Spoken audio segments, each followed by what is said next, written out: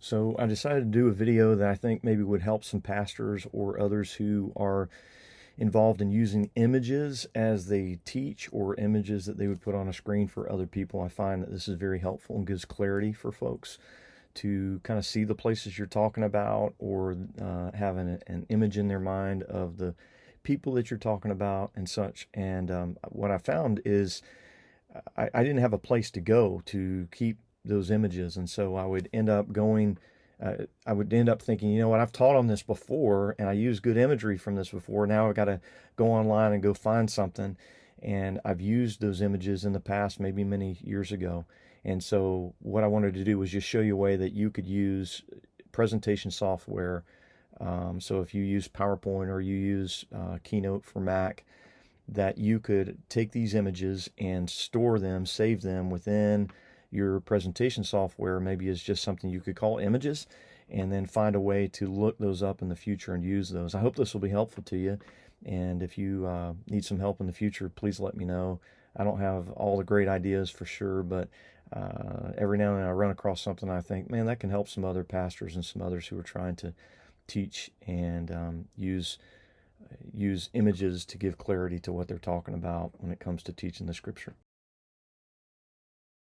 Using Keynote for Mac, if you're a Microsoft user, you would use PowerPoint the same way. But one of the keys is to make sure that you can view in your slide presentation, you can, I'm looking for it right now, you can show presenter notes as opposed to hide presenter notes. If you hide them, you're not going to see them. But if you come in and say show presenter notes, then you can type down at the bottom what the image represents. And for example, this is a model of the temple before the destruction of AD 70, the temple as it stood during the time of Jesus. And if I wanted to take a look for this, rather than just looking through a bunch of slides as you see to the left, what I can do is I could just hit a Command F, or you could probably go to your edit menu and find where that is and look for find. So in this case, it's find here. Command F is the shortcut. And if I type in temple and click on it, it is going to show me I've got 13 different images where I have the word temple used. And as I go through them, you can see the different images that I have here. And some of them are paintings, some of them are words, just the word temple that's shown in the presentation, or again, as I've listed these words in particular down at the bottom in the presenter notes. And so it's easy for me to look that up. If I said I want to look up something dealing with the cross, then I can immediately, and this is pulling up the word across here, but now I've got images of Jesus on the cross that I've used in the past.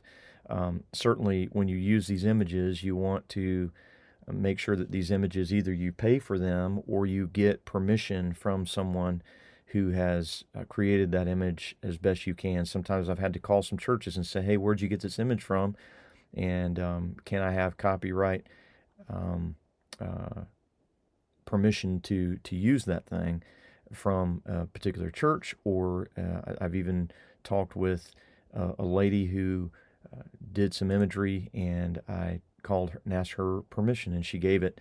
Sometimes if they don't, you just kind of have to decide what you're going to do there, but we don't want to be illegal in what we use. Here's an example of some great portraits, by the way, by a guy by the name of Jan Van Hoft, and you can go to gospelimages.com, and he allows these to be used for free as long as you're not selling them, and you just give credit where credit's due. He's got a ton of great images, and you can look those up. So I thought this might be helpful for some of you pastors, or those who might be looking for images that could be used. I'll give you one more example. If I'm looking for maps, I've got a pile of maps now that I've placed up under this file. If I shut it, you can see all those files. So if I'm looking for maps, I don't have to go far, and if I've used maps in the past, I can use them again. So here's some examples of maps that I've used, and I can manipulate or use in the future, and I don't have to go and rewrite it and come up with it again. So I thought that would help you. If you have any questions, please let me know. I'd love to help you with that further.